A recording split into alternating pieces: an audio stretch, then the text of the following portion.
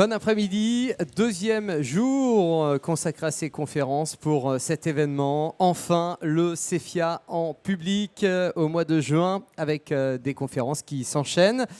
On continue dès maintenant avec Sensalg, facilitateur de connexion entre les acteurs de la filière algues et sources d'innovation pour une économie responsable. Ils sont nombreux derrière moi. Jean-Yves Thébaudin, bonjour. Bonjour. Directeur d'Act Food Bretagne. Exactement. Je vais vous laisser présenter votre équipe comme une équipe de foot. Bien sûr. Donc, d'abord, Sensalg, c'est une plateforme en ligne depuis le 1er juin 2020. Donc, alors, cette plateforme a été mise en place, créée et développée, on va en parler, grâce à la contribution et l'intervention de l'ensemble des intervenants que vous avez autour de moi. Donc ils vont développer un peu, se présenter, mais en premier lieu, donc, Hélène Marfin du CEVA. Nous avons également Marie-Loïc Garin du Centre culinaire contemporain. Également Céline Batti-Julien de Végénov, enfin Hervé Jaunet du Zoopôle Développement, Anne-Emmanuelle Leminou de l'Adria et enfin Véronique Bonnier d'Idémer. Donc le site Sensalg en ligne, comme je le disais, depuis le 1er juin 2020. Son objectif est de répondre à l'intérêt croissant des algues alimentaires, de l'intérêt croissant, je dirais, des entreprises, des industries agroalimentaires, mais également des consommateurs sur les algues alimentaires. Donc, ce site a pu être mis en place et développé et créé grâce à l'intervention des centres techniques que je vous ai cités, grâce à l'expertise des personnes qui sont autour de moi pour apporter un certain nombre d'informations qui vont contribuer, je dirais, à aider les entreprises, à accompagner les entreprises dans leurs projets d'innovation autour des algues alimentaires. Donc ces données ces informations, on va vous développer tout ça, concernent bien sûr de données d'ordre réglementaire, scientifique, technique, économique, mais également de sécurité alimentaire. Donc, voilà, donc je vais laisser la parole à Hélène, qui va nous présenter bien sûr une partie du site. Je dirais également que ce site est destiné aux producteurs, aux récoltants et aux transformateurs des algues alimentaires. Et nous avons eu le soutien du Conseil régional de Bretagne et de l'État, la DRAF, pour la réalisation de ce projet. Hélène, je te laisse la parole. Merci. Donc, effectivement, aujourd'hui, on est là pour vous présenter cette mise à disposition d'informations scientifiques, réglementaires, et physico-chimiques et techniques sur les algues alimentaires. Donc, à l'origine de cette plateforme, il y avait un projet qui s'appelait déjà Sensalg, donc on va l'appeler Sensalg 1, qui a un projet collaboratif, donc avec tous les centres techniques bretons et le centre culinaire contemporain. Donc c'est vrai que moi je travaille au CEVA, qui est le centre d'études et de valorisation des algues, mais on a eu besoin de travailler en collaboratif sur la région Bretagne pour décrypter l'algue alimentaire. L'idée, c'était de pouvoir donner aux producteurs, aux transformateurs, aux utilisateurs des clés de compréhension, des usages recommandés pour savoir traiter ce nouveau végétal. Parce qu'entre l'algue sortie de l'eau, avec ses cailloux, avec ses bigorneaux, et l'ingrédient qui va rentrer dans des chaînes agroalimentaires pour en faire un végétal de plus ou un végétal en plus pour apporter toutes ces spécificités nutritionnelles, il fallait passer par tout un décryptage que l'on a fait dans ce projet scientifique. Ensuite, on s'est dit, mais toutes ces informations, cette bible en fait d'informations qu'on a recueillies, on a voulu la mettre à disposition des utilisateurs et de l'agroalimentaire en général, hors projet, ce qui a donné lieu à cette mise en ligne, ce site internet de diffusion d'informations. Donc, on va balayer en revue toutes les rubriques de ce site d'information où vous avez toutes les clés d'usage des algues alimentaires. Donc, je vais passer la parole à Cédric Dessin de Tactique Communicative, qui va vous présenter du point de vue vraiment technique le site internet. Si, ça a l'air, ça fonctionne. Oui. Bonjour à toutes et à tous. Merci Hélène. Oui, je me présente rapidement. Je suis donc Cédric Dessin, directeur de la société Tactique Communicative et donc partenaire du projet Sensalgue. Alors nous, notre mission, elle était assez simple. Il s'agissait de mettre en valeur les contenus des experts, des expertes qui sont ici, des contenus scientifiques à destination des entreprises du secteur agroalimentaire afin de promouvoir l'algue alimentaire. Et donc, c'est ce qu'on s'est attaché à faire. Après, je vous laisse juge. Vous pourrez aller sur le site Sensalgue et revenir vers nous pour nous dire ce que vous en pensez, parce que c'était bien là l'objectif, c'était de créer une communauté autour de laquelle on allait pouvoir, avec laquelle on allait pouvoir régulièrement échanger. Donc c'est ce qu'on a mis en place là maintenant depuis 1 an. On a un certain nombre d'adhérents qui sont des adhérents freemium, alors on les appelle comme ça, c'est-à-dire des gens qui gratuitement peuvent accéder à un certain type de contenu sur le site Sensalgue. Et on a aussi un certain nombre d'adhérents premium qui donc là vont pouvoir accéder à des contenus peut-être un peu plus poussés scientifiquement, avec des résultats des recherches qui ont pu être réalisées dans une première partie, comme on vous l'a expliqué. Sensalgue, c'est un projet au long cours. Et donc, alors voilà, je peux aller rapidement effectivement sur les différentes offres. On a une formule, j'ai l'impression de faire le marchand de tapis, je fais ça un petit peu. Ouais, ok. Donc on a une formule qui s'adapte en tout cas aux tailles d'entreprise, parce qu'on s'est rendu compte, enfin on le savait même dès le départ, c'est-à-dire que les cibles qu'on a sont des cibles extrêmement diverses. On peut vraiment avoir des gens qui sont porteurs d'un projet. Voilà, on a des gens qui s'inscrivent, ils n'ont toujours pas le nom de leur entreprise, et pour autant ils ont besoin d'acquérir un certain nombre de compétences autour de l'algue alimentaire. Et ils trouvent, on l'espère en tout cas, puisqu'ils restent avec nous, et ils trouvent un intérêt à venir sur le site. Et puis on a aussi après des grands comptes qui vont y aller, et où là ils vont peut-être avoir davantage besoin de contenu plus précis.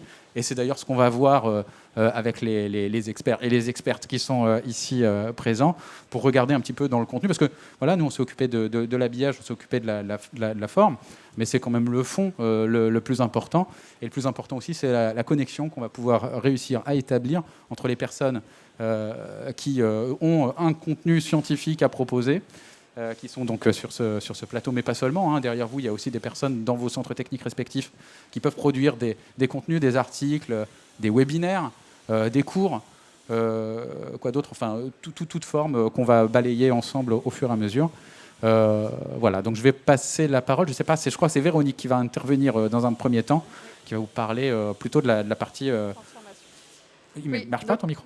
Oui, bonjour. Oui, ça fonctionne. Donc, Véronique Bonnier, donc moi je suis responsable R&D donc au centre technique IDEMER, basé à Lorient. Dans le projet Sensalgue, IDEMER s'est intéressé aux aspects transformation de l'algue. Donc on a réalisé différents essais sur différentes variétés d'algues et plantes halophytes. Donc on a testé des procédés de surgélation, des procédés de séchage, les procédés de pasteurisation, stérilisation. Et donc on a essayé de balayer un petit peu différentes technologies et pour en évaluer les impacts sur les algues, donc les impacts physico-chimiques ou les impacts nutritionnels. Donc on a testé donc différents procédés de surgélation. Donc c'est vrai que sur la surgélation, globalement, on a remarqué que l'algue se surgelait assez bien. Enfin, il y avait un bon comportement vis-à-vis de la surgélation, ce qui n'est pas forcément le cas de certaines plantes halophytes.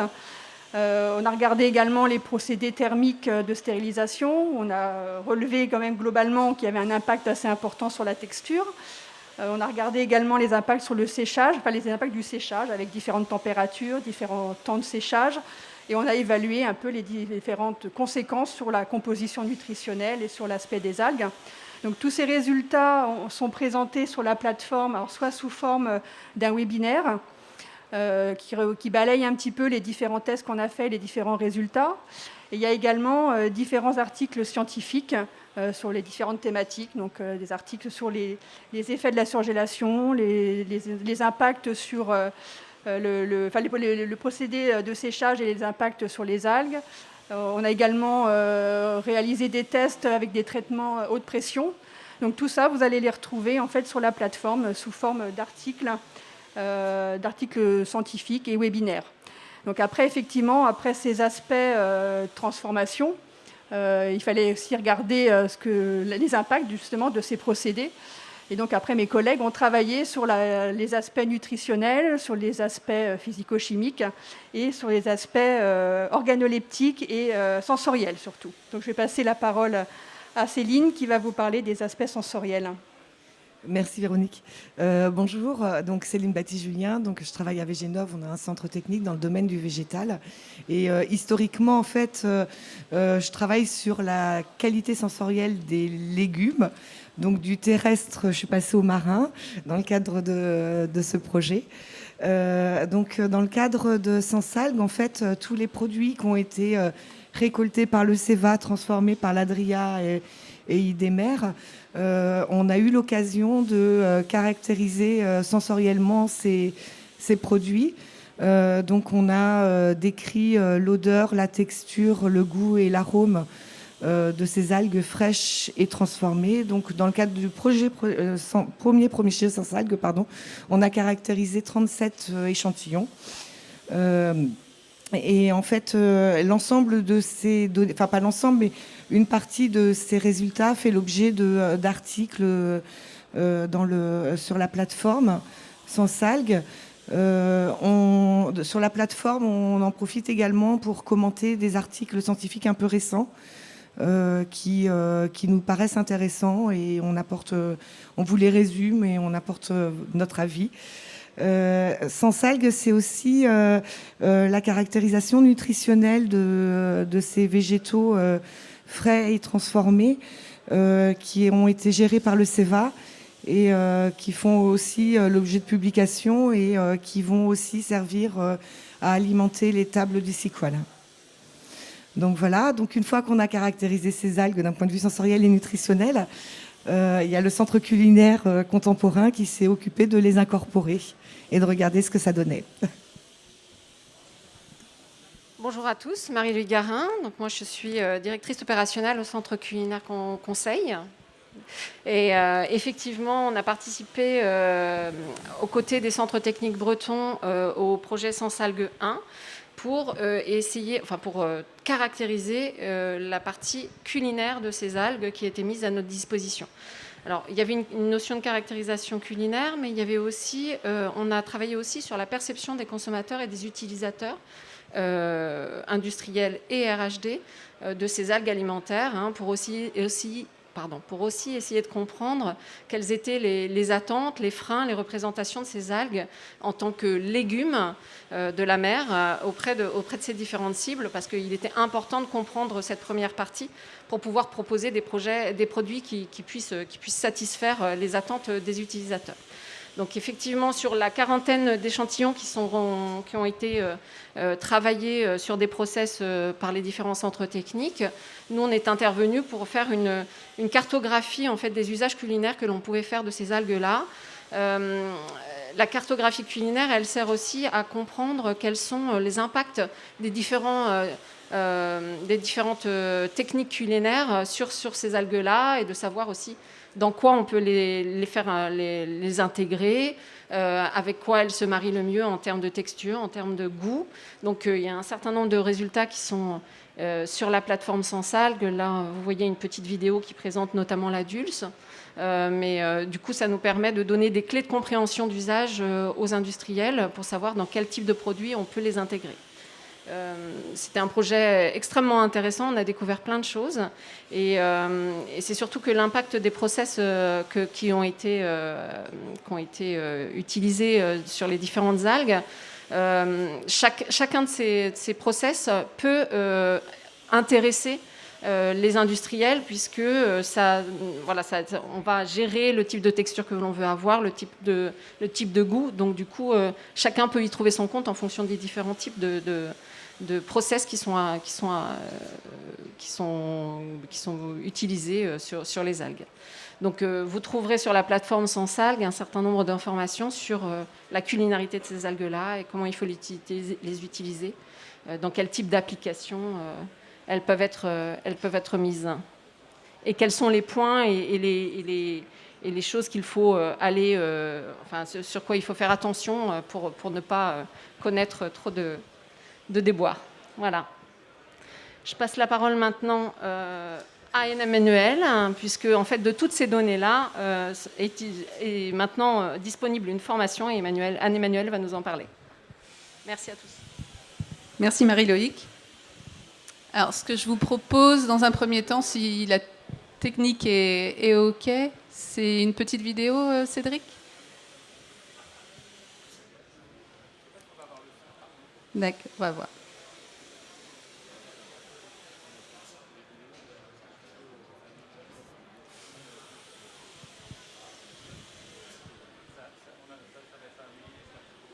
D'accord.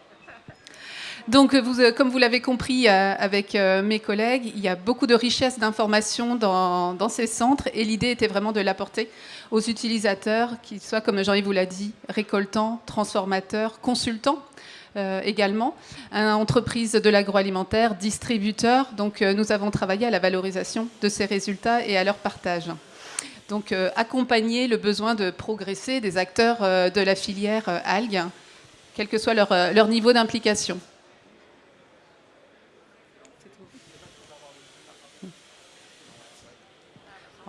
C'est moi qui vais faire le son, alors même si c'est les lèvres de Jean-Yves qui bougent.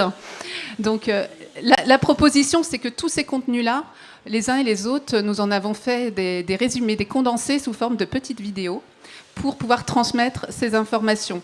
Il y a donc un module, quand vous vous inscrivez sur la plateforme Sensalgue, de formation sur des cycles qui durent 5 semaines et ce qui demande, on va dire, un investissement de temps de l'ordre de 3 heures par semaine. Tout type de profil peut participer, encore une fois, dans les différents profils que je vous ai décrits. L'information est portée à chacun en fonction de son niveau. Donc de l'autonomie dans la formation, la possibilité de regarder ces vidéos quand c'est possible pour vous. Des exercices également sont proposés pour monter en compétences, pour appliquer ces connaissances dans vos univers produits.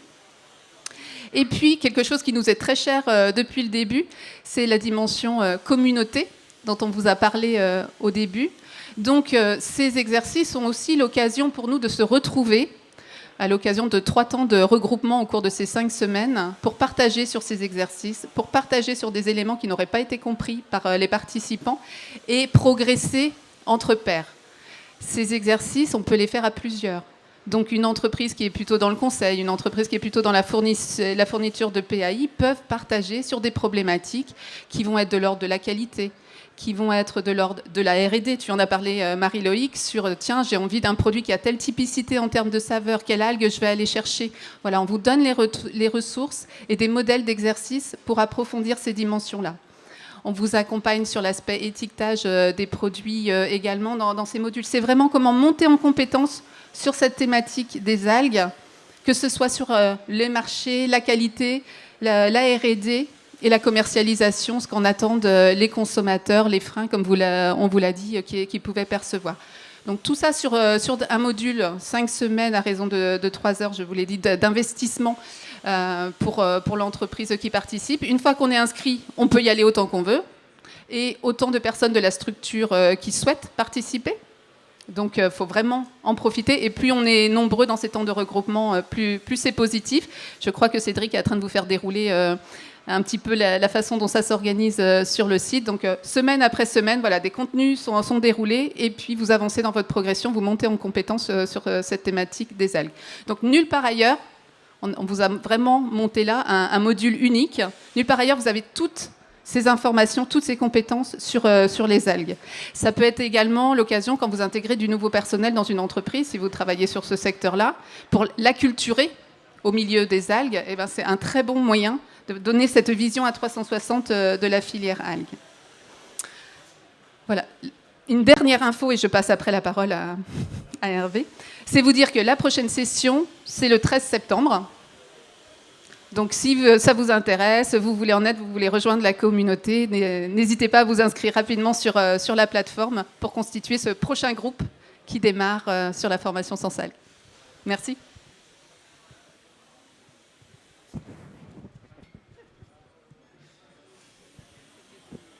Merci Anne-Emmanuel. Je me présente rapidement, donc Hervé Jaunet, directeur adjoint de Zoopôle Développement, centre technique axé sur les industries agroalimentaires et les productions animales. Donc vous avez vu, ce site est vraiment très riche de très nombreux éléments.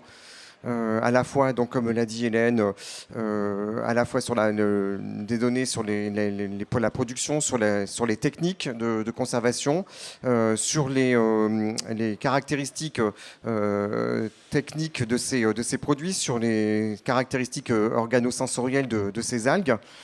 Ce que l'on peut dire aujourd'hui, et vous le savez, c'est qu'on est en train de traverser une mutation alimentaire. Il se passe beaucoup de choses, hein, les consommateurs se posent beaucoup de questions.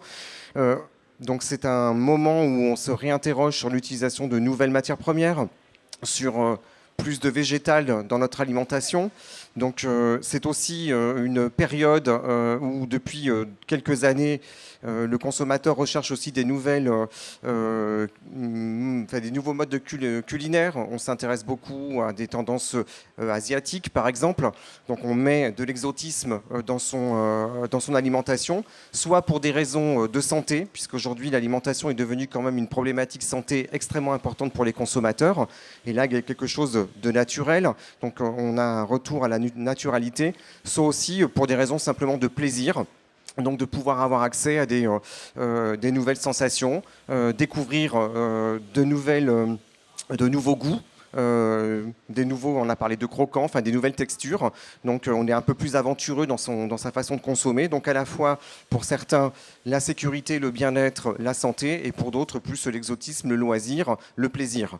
Donc l'algue réunit tout ça. On a à la fois donc un produit qui est naturel, un produit qui est sain, un produit qui apporte là aussi de l'exotisme, qui se rapproche donc du côté un peu exotique, se rapproche de ces sensations japonaises ou asiatiques qui sont très à la mode en ce moment.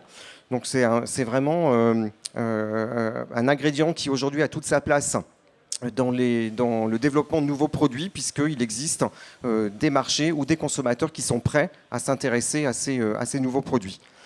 Alors, vous trouverez vraiment énormément de choses dans ce site.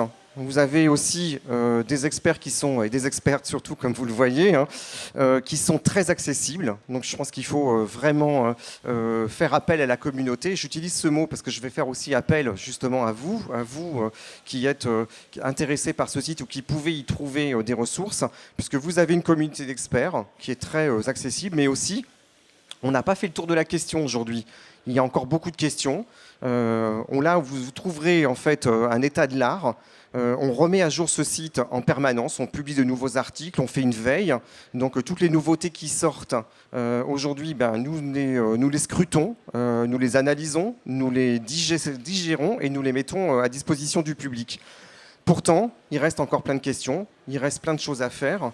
On se rend bien compte qu'il y a encore de la communication à faire. Comment est-ce qu'on touche le grand public pour lequel il peut encore y avoir des appréhensions sur ce type de produit.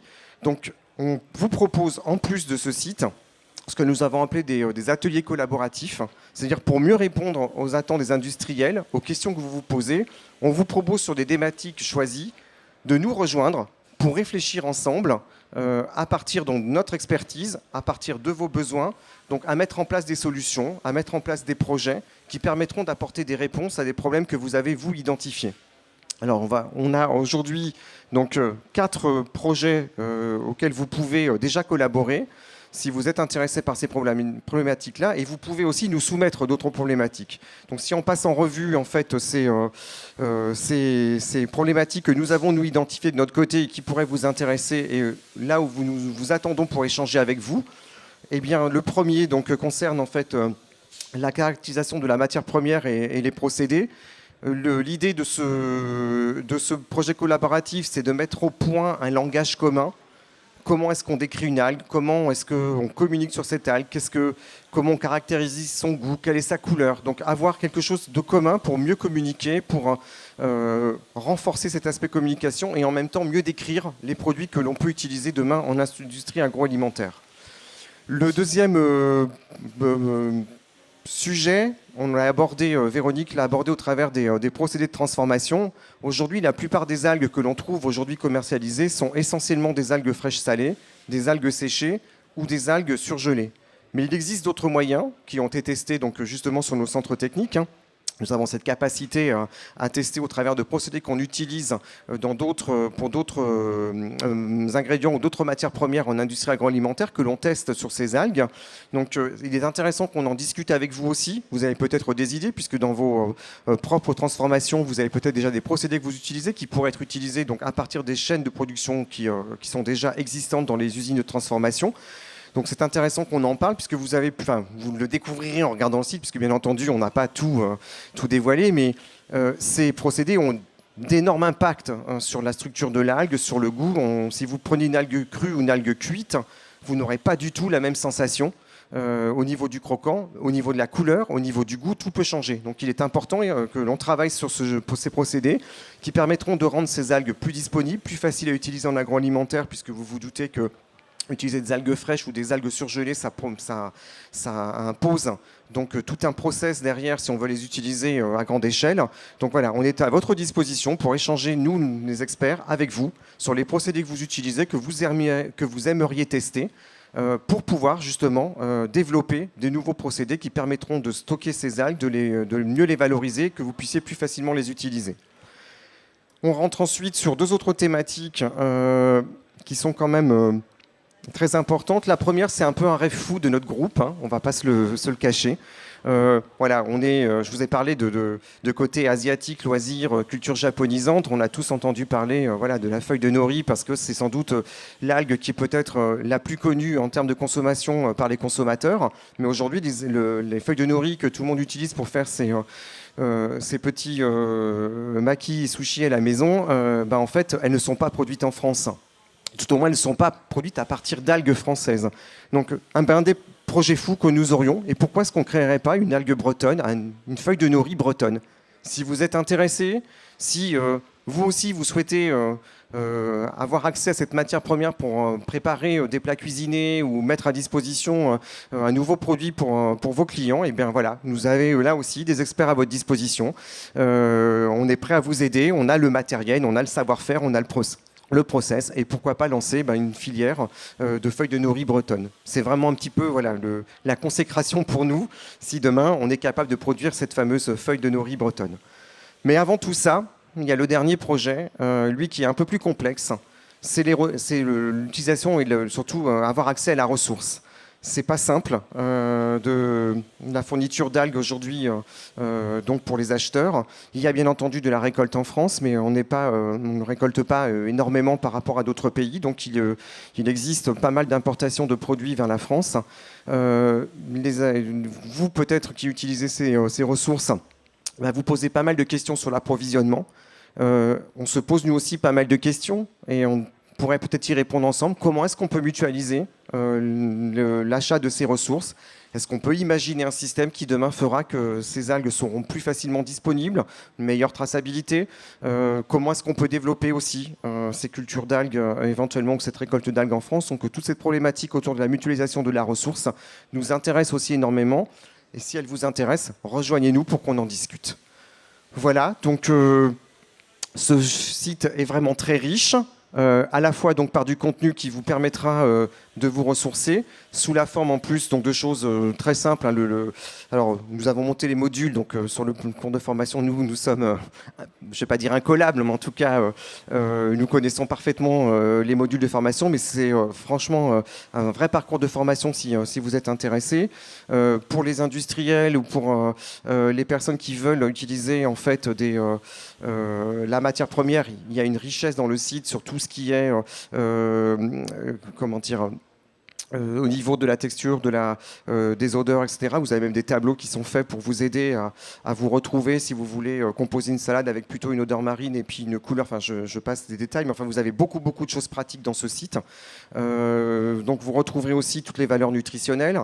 Il y a toute une partie réglementaire qui est extrêmement importante, puisqu'on a parlé d'algues, mais on est sur un produit aussi naturel, mais qui a aussi ses limites dans son utilisation. Vous retrouvez tout ça dans le site. Voilà, donc on vous attend, rejoignez-nous et vous verrez que vous allez rejoindre une communauté riche en beaucoup de choses.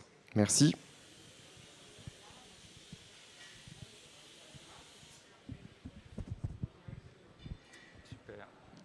Voilà, je pense que beaucoup de choses ont été dites. Maintenant, est-ce qu'on peut passer à des questions éventuellement, s'il Oui. il y a des questions Vous étiez rapide. mais, Allez, mais efficaces. efficace et rapide. Voici donc le moment des questions. J'attends vos mains se lever. Des questions avec nos experts. J'ai les questions basiques, d'où ça vient des algues. Est-ce que c'est plutôt il faut les chercher ou vous pensez aussi les cultiver? Je vais laisser la parole à Hélène du CEVA. Allô. Donc en fait, c'est vrai que j'ai pas expliqué au départ, mais on s'est intéressé aux algues bretonnes d'une part, et en Bretagne, on récolte principalement des algues sauvages. Donc elles poussent naturellement sur les côtes rocheuses de Bretagne, mais on s'est aussi intéressé à des algues de culture. Donc il y a 3 algues brunes actuellement qu'on cultive en Bretagne le long des côtes. Donc les noms communs, c'est le kombu royal, le wakame et l'Atlantique wakame. Voilà. Donc il existe aussi des algues cultivées à terre. Donc la laitue de mer et la chondrus, donc ça c'est des algues en développement et pas seulement en Bretagne. Et sur le site, c'est vrai que c'est très axé macroalgues, donc les algues de la mer. Mais de plus en plus, on essaye de faire de la veille et des articles à propos des microalgues, comme la spiruline, la chlorelle ou d'autres microalgues qui sont autorisées ou vont être autorisées en alimentaire. Donc pour répondre très court à la question, on s'intéresse aux deux, aux algues sauvages et aux algues de culture. Une autre question.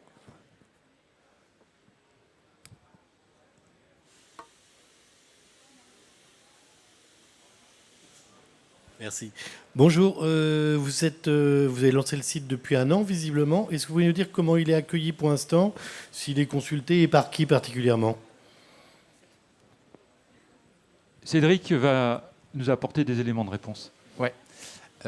Alors, comme je le disais tout à l'heure, peut-être un petit peu rapidement, il est consulté effectivement par des publics assez hétérogènes. On a des gens qui n'ont même pas encore commencé à déposer les statuts de l'entreprise et qui pourtant savent vers quoi ils veulent aller, donc peuvent venir adhérer au site et le consulter régulièrement. Et on a... alors, je ne sais pas s'il faut... organiser les choses comme ça. En tout cas, nous, on le fait d'un point de vue marketing, c'est plus pratique pour nous, mais à l'autre bout du spectre, si vous voulez, les grands groupes, où on va pouvoir avoir effectivement des gens qui vont s'intéresser de manière détournée aux algues, parce que leur entreprise s'y intéresse et qu'elles doivent aussi avoir une certaine connaissance de base des algues. Donc voilà, c'est assez large. Et puis peut-être ça a été dit un petit peu rapidement quand on a parlé des cours, mais aussi préciser ça, c'est-à-dire que quand une entreprise s'abonnent à Sensalgue, ce sont tous les collaborateurs de l'entreprise qui ensuite peuvent créer un compte et avoir accès à cette ressource. Voilà. Et alors sinon, pour répondre aussi à votre question, c'est vrai qu'on s'était posé... on s'est demandé, nous, si ça allait mieux fonctionner du fait qu'on se retrouve en confinement. Est-ce qu'une solution numérique, à partir du moment où elle est proposée, à un moment où tout le monde est obligé de rester cloîtré chez soi, à la fois c'était... quelque chose d'avantageux parce que les gens avaient du temps pour le consulter, et en même temps c'était une difficulté parce que on n'a pas pu faire ce qu'on est en train de faire là, c'est-à-dire le présenter au public, au SCFIA l'année dernière, ou dans d'autres salons, ou quand on rencontre les gens. Quoi qu'il en soit, on est aujourd'hui satisfait. On a évidemment beaucoup plus de personnes qui sont avec des comptes freemium, c'est-à-dire des comptes gratuits. Bon, ils ne peuvent pas peut-être accéder à tout, mais pour certains, peut-être c'est suffisant. Et puis, en tout cas, ce qu'on voit surtout, et c'est ce qui nous satisfait et nous incite à continuer dans cette voie-là, c'est que les gens, dès lors qu'ils sont premium, on est en contact avec eux, on échange avec eux, on les voit pendant les sessions de cours, on les voit après. On crée voilà, on a parlé de communauté, je crois que c'est Hervé qui a parlé de communauté, c'est vraiment ça l'esprit derrière, c'est de pouvoir échanger, d'être dans une logique vraiment de partage et de connaître en fait les adhérents. Alors je vous donne un petit peu la réponse, si on connaît nos adhérents, effectivement, c'est qu'il n'y en a pas 10 000, quoi. Et en même temps, on a quand même l'objectif d'augmenter assez considérablement ce nombre d'abonnés, puisque voilà, vous avez en haut à droite du site un petit drapeau anglais qui est apparu ces dernières semaines, qui va nous permettre de toucher la communauté anglophone, parce qu'on avait quand même des demandes venant en général d'Europe, mais aussi du Mexique. On avait eu des demandes de Mexicains, donc voilà, c'est de se développer. À l'international, voilà. Tout simplement. Je crois qu'une main s'était levée tout à l'heure. Il y a eu 2 mains se lever. Non, oui. Voilà, j'arrive. Je vous rejoins.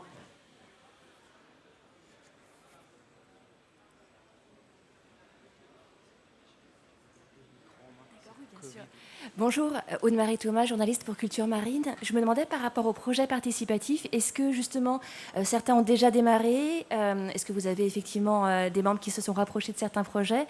Et comment voyez-vous le fonctionnement concret de ces projets participatifs? Hélène?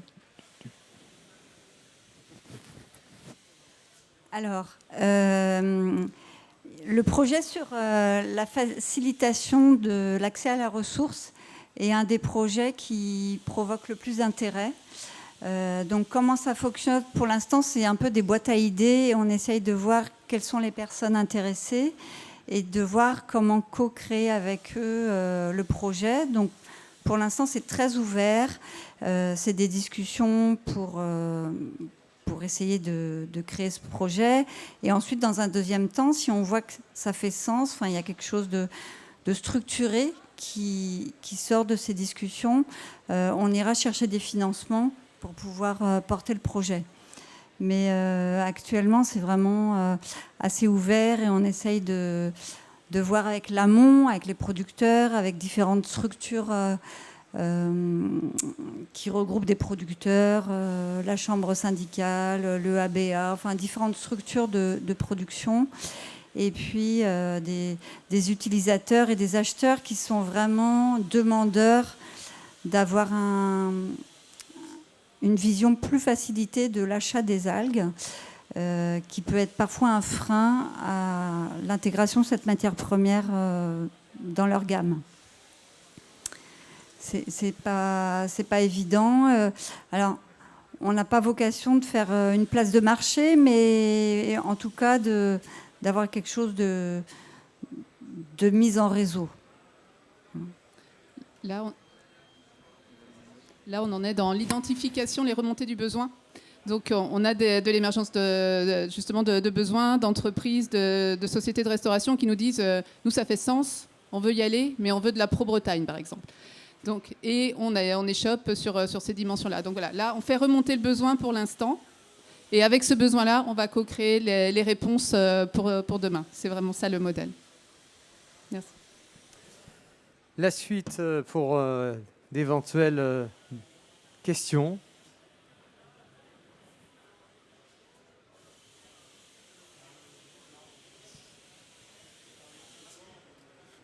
Bonjour, Vincent Chemeng, journaliste à Produits de la Mer. Déjà, merci pour la présentation.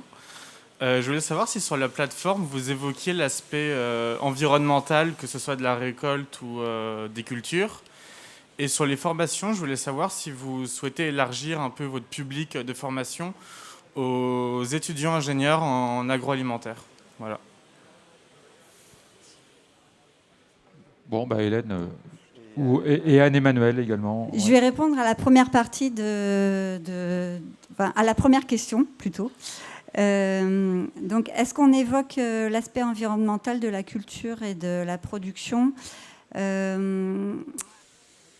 tellement jusqu'à présent. En tout cas, on a à cœur de donner les données de production telles qu'on les a en France et en Europe, que ce soit en sauvage et en culture. Donc, il y a les données de production. Après, c'est vrai que l'aspect environnemental de la culture et de la production sont gérés par l'État, par exemple le Comité régional des pêches, les affaires maritimes. Donc ce sont eux les organismes régulateurs de la récolte et de la culture des algues en France. Donc, on peut l'évoquer, enfin, on peut expliquer comment se passe la culture, comment est régulée la ressource, qu'il y a une gestion durable de la ressource par le nombre de licences qui sont données chaque année aux récoltants. Donc ça, on peut l'expliquer.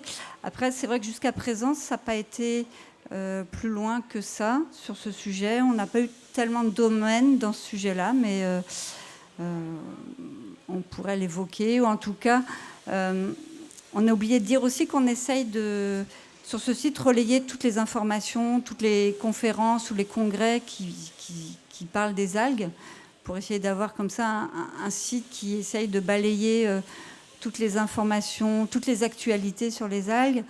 Donc on relaye des informations de différents organismes et on peut mettre aussi en relais des sites internet qui nous semblent d'intérêt sur le sujet des algues.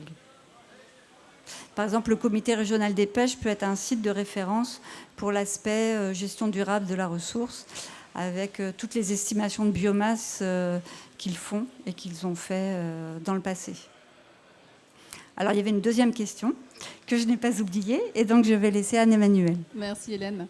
Donc sur l'aspect formation, effectivement, donc cette année a été une année de lancement, de calage de ce module de formation, de retour d'expérience des participants, qui nous ont fait optimiser justement et voir toute la valeur de ces temps de partage qui ont été proposés sur les activités. C'est une très bonne remarque d'ouvrir vers les étudiants. J'ai envie de dire que les écoles se manifestent avec plaisir. Et puis après, Jean-Yves peut peut-être en parler. Nous avons un comité de pilotage pour cette plateforme Sans Algues, avec les différentes parties prenantes de ce projet-là. Et typiquement, à la rentrée, enfin, après l'été, ils pourront répondre à cette proposition-là, peut-être, si elle fait sens et s'il y a un besoin exprimé en face des écoles. Donc effectivement, on a constitué un comité de pilotage pour nous, en quelque sorte, nous challenger, pour en fait avoir un avis extérieur sur la qualité des sujets traités, sur le contenu d'information. Donc ce comité de pilotage est constitué par l'ensemble, la plupart des acteurs académiques, d'écoles, les deux syndicats, le syndicat des récoltants et des producteurs. Nous avons aussi la station biologique de Roscoff, l'association Britinov, le pôle de compétitivité Valorial, qui contribue à nous aider dans donc à l'actualisation et la mise en actualisation de ce site.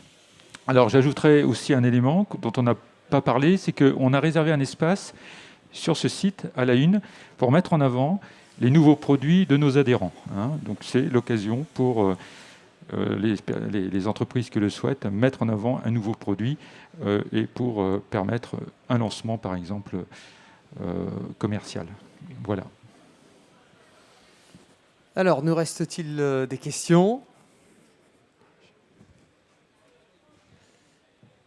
Une fois, deux fois, trois fois. C'est tout bon? Ça m'a l'air tout bon.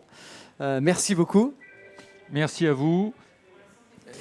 Oui, un petit mot. Je disais, on a dans notre assemblée quelqu'un qui a suivi la formation Sans Algues. Et du coup, je lui donnerais bien la parole pour qu'il nous dise un peu ce qu'il en a pensé. On a encore un peu de temps, donc c'est voilà, possible, oui, tout à fait. Je rebondis, Stéphane, si tu m'en veux pas. Ok. Avec le masque. Soit il vient, soit vous lui emmenez le micro. Oui, il peut. Okay. Comme vous voulez. Je veux bien une petite lingette. Là, il peut prendre ma place s'il le souhaite. Voilà, il peut venir ici, ou alors... voilà. On va lui donner... Il a été désinfecté. Oui. Allez-y, tournez-vous, s'il vous plaît. Voilà. Montez sur la scène, voilà. C'était pas prévu, mais ça se fait. Bonjour et merci de m'accueillir. Donc, je suis Stéphane Mahé, je suis fondateur et dirigeant de la société Alg Group. Et je valorise et je transforme les algues locales, brunes en l'occurrence, par un process de biofermentation pour en faire un véritable légume.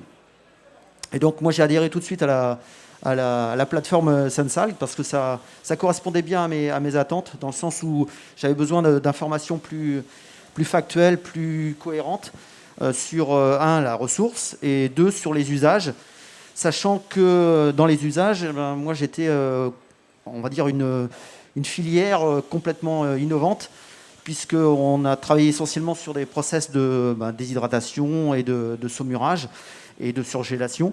Mais je travaille actuellement avec eux pour voir de quelle façon le process particulier de lactofermentation impacte le produit fini et de quelle façon on peut le valoriser. Et donc aujourd'hui, je remercie la plateforme de cette mise en place. Et puis j'ai suivi forcément la formation qui m'a beaucoup appris finalement. Je pensais connaître un certain rayon dans l'algue et finalement je me suis rendu compte que j'avais beaucoup de choses à apprendre et que finalement c'est au quotidien, j'en découvre encore tous les jours. C'est incroyable le domaine de recherche que l'on peut faire et toutes les possibilités d'usage sont c'est colossal. Donc voilà, il y a tout à faire et là avec les experts, on est bien entouré, donc ça ne peut qu'aller de l'avant. Merci à vous. Cela mérite quelques applaudissements, s'il vous plaît. Merci beaucoup à tous nos experts. Longue vie à Sensalgue. Dans quelques instants, nous allons nous retrouver, avant que vous puissiez vous lever, on va saluer celles et ceux qui nous regardent sur mysefia.com. Dans un instant, une nouvelle conférence va se préparer. Comment répondre efficacement aux enjeux posés par le recrutement en agroalimentaire, le recrutement difficile en ce moment de recruter et pas qu'en ce moment. On en parle dans un instant avec d'autres experts. On se retrouve. À tout de suite.